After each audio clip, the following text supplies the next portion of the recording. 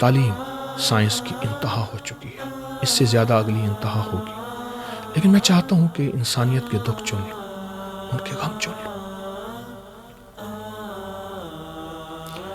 اور انسانیت کے دکھ اور غم میں ان کا ساتھ دوں۔ مجھے پتا میں کچھ نہیں کر سکوں گا، پوری انسانیت میں نہیں جا سکوں گا، لیکن میرے ایک احساس ہے، اللہ میری اس احساس کو سچا کر دے۔ کیوں؟ طاق راتوں کی بڑی اہمیت ہے رمضان شریف میں، تو طاق راتوں میں اکثر ایک وظیفہ آپ بتاتے ہوتے ہیں، اگر آپ پلیز وہ بتا دیں رزق کے اضافے کے حوالے سے، تو وہ بڑا مؤثر ہے اور لوگوں کو کافی فائدہ نفع ملا ہے اس سے، تو وہ رزق کا جو وظیفہ ہے اس طاق راتوں میں میرے کئی وظائف ہیں آج کی نشست میں، اور وہ سب آزمودہ ہے۔ جی جی آج کی نشست میں ایک وظیفہ اچھا کمال چیز ہے، یعنی آپ کے گھر کا کوئی ایسا مسئلہ جو اٹکا ہوا ہو، پھنسا ہوا ہو، جی جی اور آپ سمجھتے ہیں دنیا میں اس کا کوئی حل بسم اللہ الرحمن الرحیم۔ یاسر جنجوعہ پوڈ کاسٹ میں ویلکم۔ آج کے جو ہمارے مہمان ہیں، تھم نیل کے اوپر تصویر دیکھتے ہی آپ کو اندازہ ہو گیا ہوگا کہ آج جو ہمارے مہمان ہیں پوڈ کاسٹ میں وہ کون ہیں۔ حکیم محمد طارق محمود چغتائی صاحب، بانی و سرپرست اعلیٰ ادارہ عبقری۔ السلام علیکم۔ وعلیکم السلام۔ حضرت جی آپ کا بہت بہت شکریہ، اور آپ نے وقت دے دیا، آپ کی مصروفیت کا سب کو اندازہ ہے۔ بس کچھ چند سوالات تھے اور کچھ جو ہے وہ عبقری کے متعلق جاننا چاہ رہے تھے، تو اس لیے آپ کو زحمت دی ہے۔ اکثر دیکھا گیا ہے کہ مختلف ویڈیوز میں بھی اور مختلف پوڈ کاسٹ میں بھی، تو کسی بھی مسئلے کو جو آپ کے سامنے بیان کیا جاتا ہے تو فوراً سے آپ کے ذہن میں ایک وظیفہ آتا ہے اور آپ بتا دیتے ہیں۔ اسی طرح سے اکثر واقعات جب آپ نے سنائے تو آپ نے کہا کہ کوئی شخص 1 ماہ کے بعد دوبارہ جب میرے پاس آیا تو وہیں سے بات جاری ہوئی، تو اللہ تعالیٰ نے آپ کو بڑا مضبوط حافظہ دیا ہے۔ اچھا، اس حافظے کے پیچھے راز کیا ہے؟ کیا کوئی ایسا وظیفہ ہے؟ کیونکہ آج کل خاص طور پہ نوجوانوں کو بھولنے کی عادت ہے، عمر کے خاص اس حصے میں بھی لوگ بھولنا شروع کر دیتے ہیں، تو حافظہ ایک بڑا ضروری عمل ہے انسانی زندگی کے اندر، اس کا مضبوط ہونا۔ خاص طور پہ جو لوگ پیپر دیتے ہیں، بچے اسٹوڈنٹ ہیں، تو وہ بھی اس چیز کے لیے بڑے خواہش مند ہوتے ہیں کہ ہمارا حافظہ جو ہے وہ مضبوط رہے، تو اس کے لیے پلیز کچھ عرض کر دیں۔ اگر کوئی بندہ ہر وقت باوضو رہنے کی کوشش کرے، میں نے لفظ کوشش استعمال کی ہے، صحیح ہے۔ اور خوشبو کا استعمال زیادہ کرے، اچھا، خوشبو ہلکی خوشبو ہو، تیز خوشبو نہ ہو، اور سفید لباس کا انتخاب کرے، مجبوراً ہر لباس پہن سکتے ہیں، جی جی تو اس سے عزت، وقار، شان و شوکت، دولت، رزق، اور اس کے ساتھ حافظہ بھی ملتا ہے۔ ایک بات۔ دوسری چیز یہ ہے کہ یہ نظریں ہماری دماغ کا اس سے بڑا تعلق ہے۔ اپنی نظروں کو پاک رکھنے کی، اپنی تنہائیوں کو پاک رکھنے کی کوشش کرنا، جس پہ میں بھی کوشش کر رہا ہوں۔ 100% تو نہیں پہنچا۔ اگلی بات، رب یسر ولا تعسر رب زدنی علما، یہ لاجواب چیز ہے۔ رب یسر ولا تعسر رب زدنی علما۔ آپ کا کوئی پیپر ہے، آپ کہتے ہیں آسان ہو جائے، ہاں جی، آپ صرف اور صرف 11 بار پڑھ کے اس پہ دم کر دیں، قلم پہ دم کر دیں، کاغذ پہ دم کر دیں۔ اور اگر آپ ٹاپر بننا چاہتے ہیں، آپ چاہتے ہیں کہ آپ کی نسلیں، اولاد ٹاپر بنے، ملک، قوم، ماں باپ کا نام روشن کرے، اور بہترین میرٹ، اس کے لیے یا حسیبو کا وظیفہ زبردست۔ صرف یا حسیبو، ایک تسبیح ہر نماز کے بعد اول آخر 3 بار درود پاک، اور پیپروں سے پہلے بھی 3300 دفعہ اور پیپروں کے بعد بھی 3300 دفعہ یا حسیبو۔ اچھا، ایک اہم چیز یہ ہے کہ جب بھی آپ تسبیح بتاتے ہیں تو اس کے ساتھ تعداد ضرور بتاتے ہیں، تو بہت سارے لوگوں کا یہ خیال ہوتا ہے کہ اس تعداد کے اندر اگر کمی بیشی ہو جائے تو اس سے کیا جو عمل ہے وہ زائل ہو جاتا ہے یا پھر اس کا فائدہ حاصل نہیں ہوتا۔ بعض اوقات آپ 100 کی تعداد بتا رہے ہوتے ہیں، 99 کی یا 30 کی مثال لے لیجئے، تو کوئی شخص اگر اضافی کر دے 2 4 5 دفعہ یا اس سے کمی رہ جائے انجانے میں، تو کیا پھر اس کا اثر جو ہے تعداد میری طرف سے مقرر نہیں، جی جی، یہ عرشی نظام ہے۔ بہتر ہے۔ پہلے تو یا حسیبو کے وظیفوں کو مکمل کر لوں کہ ہر نماز کے بعد ایک تسبیح، جی جی، اور امتحان سے پہلے بعد 3300 بار۔ صحیح۔ دوسری چیز یہ ہے، طواف کے 7 چکر ہی ہیں، ٹھیک، اور فجر کے 2 فرض ہیں، مغرب کے 3 فرض ہیں، ظہر کے 4 فرض ہیں. ایک بندہ عشق میں کہے کہ آج یا اللہ میں نے 100 فرض پڑھنے ہیں مغرب کے, اللہ کہے گا وہ تیری ہیں میری نہیں ہے, میری تعداد مجھے دے. تعداد. اچھا اب تعداد اور دیکھیں, حدیث تسبیحات فاطمہ, سیدہ فاطمہ کی نسبت سے 33 بار سبحان اللہ, 33 بار الحمدللہ اور 34 بار اللہ اکبر ہے. تعداد میں اگر کمی بیشی جان بوجھ کے نہ کرے, غلطی ہو جائے تو کوئی اللہ پاک کریم ہے. ہاں جی, میں وہی کہہ رہا ہوں کہ کسی نے مطلب ہے کہ انجانے میں اس سے ہو گئی, تعداد یاد نہ رہی تو غلطی ہو جائے تو کیا حرج ہے, تو اس وہ سے تو اللہ ہی معاف کرتا ہے. ہاں جی, لیکن کوشش یہی کرنی چاہیے کہ اس تعداد کو کا جو ہے لحاظ رکھنا چاہیے. وہ اس کو مکمل رکھا جائے. تو ایک اور بڑی اہم چیز اس کے ساتھ ساتھ جو ہے, کیونکہ آپ کی میں ویڈیوز سے ہی دیکھنے کافی عرصے سے ہم دیکھتے ہیں, تو میں چاہ رہا ہوں کہ لوگوں کو زیادہ سے زیادہ فائدہ حاصل ہو جائے آپ کے اس وقت سے جو آپ نے ہمیں دیا. آپ اکثر ایک چیز کہتے ہیں کہ جو بھکاری ہیں روڈ سائڈ, جو مانگنے والے لوگ ہیں, تو ان سے آپ منع فرماتے ہیں کہ نہ دیا کریں ان کو, بلکہ ایسے لوگ ڈھونڈیں جو سفید پوش ہیں اور نہیں مانگتے. تو جاننا یہ چاہوں گا کہ یہ جو صدقہ ہم دے رہے ہوتے ہیں تو کہا جاتا ہے کہ یہ بتا کے دینا چاہیے, اور ایک شخص جو کہ سفید پوش ہے اور ہم اس کی مدد بھی کرنا چاہ رہے ہیں, تو کیا آپ کو لگتا ہے کہ ایسے شخص کو صدقہ ہم دے دیں اور بتائیں بھی نہ؟ تو جائز ہے؟ بتانا ضروری تو نہیں. اچھا, بتانا ضروری نہیں ہے. دیکھیے لوگ کہتے ہیں کہ ہم صدقہ خیرات بھی دیتے ہیں, بلائی نہیں ٹلتی. جہاں صدقہ خیرات نکالنا اہتمام سے ضروری ہے, وہاں یہ بھی ضروری ہے کہ کس کو دینا ہے کس کو نہیں دینا. جی جی, چوراہوں پہ مانگنے والوں کے تو بڑے بڑے بینک بیلنس, کوٹھیاں, بنگلے ہوتے ہیں, اور جو وہ شخص بے زبان ہے, بے زبان سے مراد سوال نہیں کر سکتا, عیالدار سفید پوش ہے, تنخواہ ہے, آمدنی ہے لیکن تھوڑی ہے, اس کو تلاش کر کر کے خاموشی سے اس انداز سے, کہ اب میں ایک لفظ کہہ رہا ہوں کہ اس کی عزت اور وقار مجروح نہ ہو, اس انداز سے دینا, یہ صدقہ ہے جو بلاؤں, آفات اور مصیبتوں کو ٹالتا ہے. اچھا, تو اس کے مطلب یہ آپ کہہ رہے ہیں کہ ضروری نہیں ہے کہ آپ خاموشی سے کسی کی مدد کریں, اور وہ رقم بھلے آپ نے صدقے کی نیت سے دی ہے تو اس کو نہ بھی پتہ ہو تو ٹھیک ہے, لیکن اس کی اس سے مدد ہو جائے گی. رمضان آنے والا ہے اور رمضان سے متعلق لوگوں کو مختلف چیزوں کا سامنا رہتا ہے, خاص طور پہ جو لوگ باہر کام کرتے ہیں, جو لیبر کلاس ہے, یہ جو بندہ باہر ہوتا ہے, روڈ کے اوپر ہوتا ہے, تو روزے کی حالت میں پیاس کا لگنا ایک فطری عمل ہے. تو اگر آپ کوئی ایسی چیز بتا سکیں کہ صبح سحری کے وقت جو ہے وہ استعمال کر لی جائے, کیونکہ بہت ساری متس موجود ہیں. لوگ کہتے ہیں کہ چائے پی لی جائے, دہی کی 2 چمچ کھا لی جائے. گلقند. اچھا, کیونکہ گلاب کا پھول وہ واحد چیز ہے جو دل کو فرحت دیتا ہے اور پیاس کو بجھاتا ہے. گلقند گلاب سے بنی ہے. 1 بڑا چمچ گلقند, 1 چھوٹی الائچی اور 1 بڑی الائچی, تجربہ کر لیں. ان چاروں کو خوب چبائیں اور منہ میں اس کا لعاب بنائیں. 1 چھوٹی الائچی چھلکا سمیت, 1 بڑی الائچی جو ہنڈیا سالن میں ڈالتے ہیں, اور 1 چمچ گلقند کا. یہ منہ میں ڈال کے چبائیں, چوسیں چوسیں چوسیں, اور اس کے بعد 2 گھونٹ پانی پی لیں. آخر میں, سب سے آخر میں, اس دن کا روزہ دیکھیں, نہ نکاحت, نہ کمزوری, نہ نڈھالی, نہ پیاس, نہ کوئی پریشانی. حیرت انگیز طور پہ طبیعت میں فرحت رہے گی, چاہے 17 گھنٹے کا روزہ ہی کیوں نہ رہے. اچھا, اور اس کے ساتھ ساتھ طاق راتوں کی بڑی اہمیت ہے رمضان شریف میں. تو طاق راتوں میں اکثر ایک وظیفہ آپ بتاتے ہوتے ہیں, اگر آپ پلیز وہ بتا دیں رزق کے اضافے کے حوالے سے, تو وہ بڑا مؤثر ہے اور لوگوں کو کافی فائدہ نفع ملا اس سے. تو وہ رزق کا جو وظیفہ ہے اس طاق راتوں میں میرے کئی وظائف ہیں آج کی نشست میں, اور وہ سب آزموتا ہے. جی جی, آج کی نشست میں ایک وظیفہ بتاتا ہوں, سورۃ توبہ کی آخری 2 آیات, لقد جاءکم رسول سے آخر تک, 40 دفعہ سے لے کر 400 بار تک. صحیح, گڑ گڑا کے پڑھیں, بھکاری بن کے پڑھیں, محتاج بن کے پڑھیں, اول آخر 3 بار درود پاک. اب اس کے جو فائدے ہوں گے ذرا غور سے سنیے گا. رزق بے بہا ملے گا, عزت, وقار, شان و شوکت.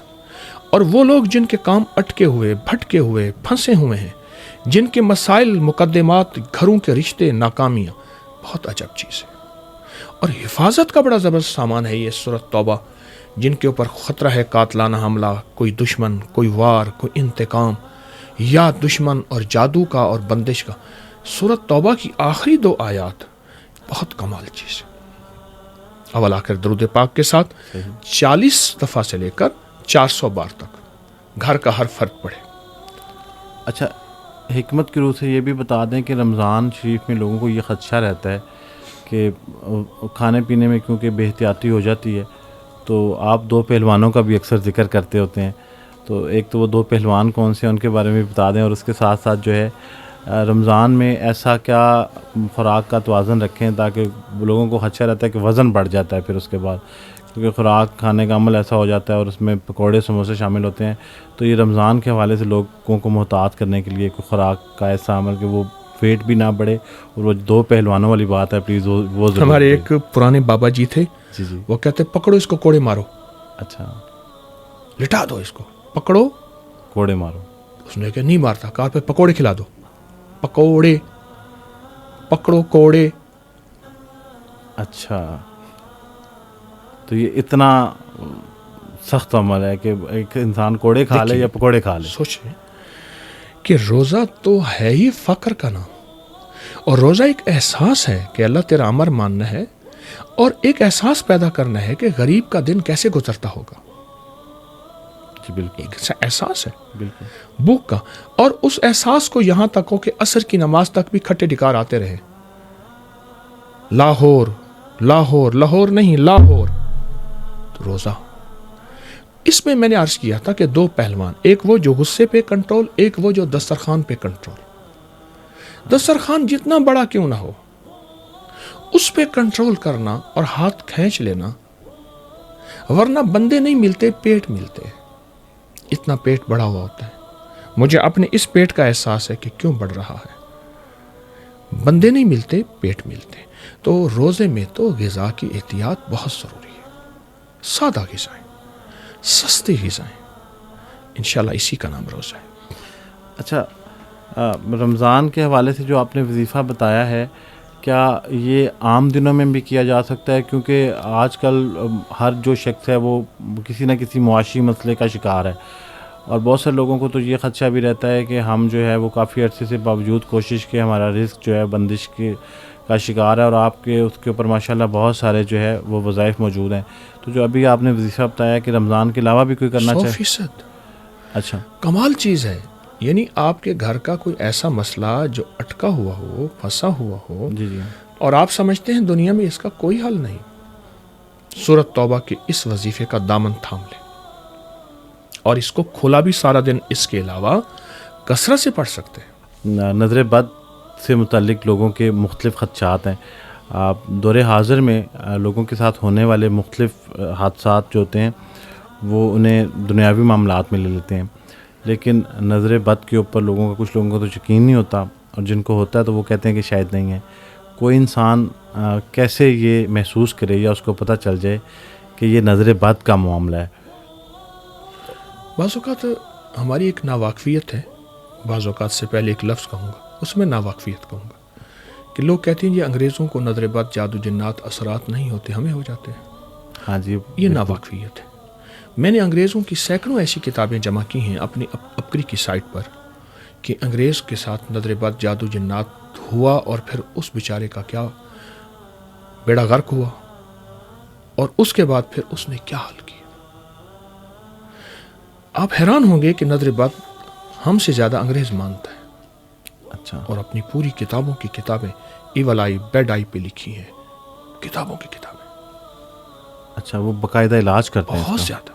اس کا کیا حل کرتے ہیں، وہ اپنے طور پہ کیا حل کرتے ہیں. لیکن نظر بد کا ایک بہترین، آپ نے عرب کے اندر ایک چیز دیکھی ہوگی اور ایک خوبی ہے، کیونکہ عرب انبیاء، صحابہ اہل البیت کی اولاد ہے، انہیں بہت خوبی ہے. وہ ایک چیز ہوگی، کوئی بھی چیز دیکھیں گے کہیں گے ماشاء اللہ تبارک اللہ، ماشاء اللہ تبارک اللہ. ماشاء اللہ سے مراد یہ ہے کہ اللہ کی حفاظت میں رہے، تبارک اللہ سے مراد ہے اللہ اس میں اور برکت دے. جب بندہ یہ لفظ پڑھتا ہے تو ایک تو نظر بد سے بچتا ہے، اور دوسرا برکت کی دعا مل جاتی ہے. اور کیا پتا ماشاء اللہ تبارک اللہ کہنے والا اللہ کی بارگاہ میں کتنا عظیم ہے، کتنا پہنچا ہوا ہے، کتنا قریب ہے، اور اس کی دعاؤں پہ فرشتے کتنے آمین کہتے ہیں. دوسری چیز یہ ہے کہ اگر آپ نظر بد سے بچنا چاہتے ہیں اور واقعتاً بچنا چاہتے ہیں تو ایک بار آیت الکرسی پڑھیں، اور جب اس کی آخری آیت ہے وَلَا يَؤُودُهُ حِفْظُهُمَا، یہ وَهُوَ الْعَلِيُّ الْعَظِيمُ تک، اس آیت کو 101 بار دہرائیں، 101 بار دہرائیں، اور اپنی اس مطلوب چیز کا تصور کر کے دم کر لیں. یہ روز کر لیں، صبح شام کر لیں. اچھا، یہ تو ہم نے نظر بد کا ذکر کیا. بعض اوقات ایسا ہوتا ہے کہ والدین کی نظر جو ہے وہ اپنے بچوں کو لگ جاتی ہے، وہ حسد کی تو نہیں ہوتی، تو اس کے لیے بھی پھر یہی عمل یہی عمل جب بھی بچے کو دیکھیں، ماشاء اللہ تبارک اللہ پڑھیں، گاڑی ہے، گھر ہے، کوئی محبوب چیز ہے. اور ایک اور دعا بھی ہے، بسم اللہ ماشاء اللہ لا قوۃ الا باللہ، یہ پڑھ سکتے ہیں. اور ایک اور چیز بھی ہے، اعوذ بکلمات اللہ التامۃ من کل شیطان حامہ ومن کل عین لامہ. عین کہتے ہیں آنکھ کو. اچھا، یہ مسنون دعا ہے. لامہ کہتے ہیں الو کو. اس کے کئی معنی ہیں. ایک معنی لامہ کہ الو کی آنکھ بھی ہے، کہ الو، کیونکہ الو ہمیشہ ویرانوں میں رہتا ہے، اور الو کی نظر بہت خطرناک ہوتی ہے. اس لیے حدیث مبارکہ میں یہ دعا بھی نظر بد کے لیے زبردست چیز ہے. آپ نے اکثر میں نے سنا ہے آپ بتاتے ہیں کہ کچھ لوگ ایسے ہوتے ہیں جو خود سے یہ بتا سکتے ہیں کہ ہماری جو نظر ہے وہ لگ جاتی ہے، اور اس کے لیے آپ نے ایک دو واقعات بھی بتائے ہیں. تو کسی شخص کو اگر معلوم ہو کہ میری نظر لگ جاتی ہے اور وہ نیت نہ رکھتا ہو ایسی، بعض اوقات ہم اپنے رشتہ داروں میں، بہن بھائیوں میں یہ عام طور پہ کہتے ہیں کہ فلاں کی نظر جو ہے بہت جلدی لگتی ہے. تو ایسا شخص جو سوچتا ہو کہ میری نظر لگ جاتی ہے لیکن اس کا انٹینٹ نہ ہو یہ، تو اس کے لیے کیا رہنا؟ وہ وضو کرے کسی تھال میں، کسی برتن میں، وضو کا پانی اپنے سر کے پیچھے سے پھینک دے، اور یہ عمل حدیث مبارکہ میں موجود ہے. اچھا، مسلسل کرنا؟ ہاں، چند بار ایسا کرے، اور اس بات کے توڑنے کے لیے کہ میری نظر ٹوٹ جائے. ایک دوسری چیز یہ ہے کہ اپنی آنکھوں پہ ایسے ہاتھ رکھے، اور ہاتھ رکھ کے کرے اللہ نور السماوات والارض. مولا، اس میں شر کی کیفیت ہے، اس میں راحت، رحمت اور عافیت کی کیفیت میں اس میں نور بھر دے. صرف 11 بار ہر نماز کے بعد یا صبح شام کچھ ایسا لگاتار کرے، اس کے اندر سے جو شر کی کیفیت ہے وہ خیر میں بدل جائے گی.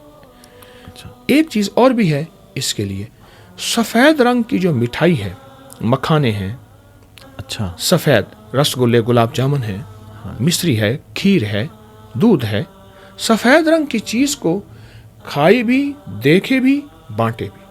اچھا، کیونکہ گھروں میں چینی آسانی سے دستیاب ہوتی ہے، وائٹ بھی ہے، میٹھا بھی ہے، ہاں، اس سے بھی کر سکتے ہیں؟ بالکل کر سکتے ہیں. کھیر ہے، جی جی سفید رس گلے، گلاب جامن ہے، آسانی سے میسر ہے. جی جی وہ مکھانے ہوتے ہیں، کچھ چیزیں ہوتی ہیں، جی. یہ تھوڑا سا کھائے بھی صحیح، ان کو دیکھے بھی صحیح، اور ان کو بانٹے بھی صحیح.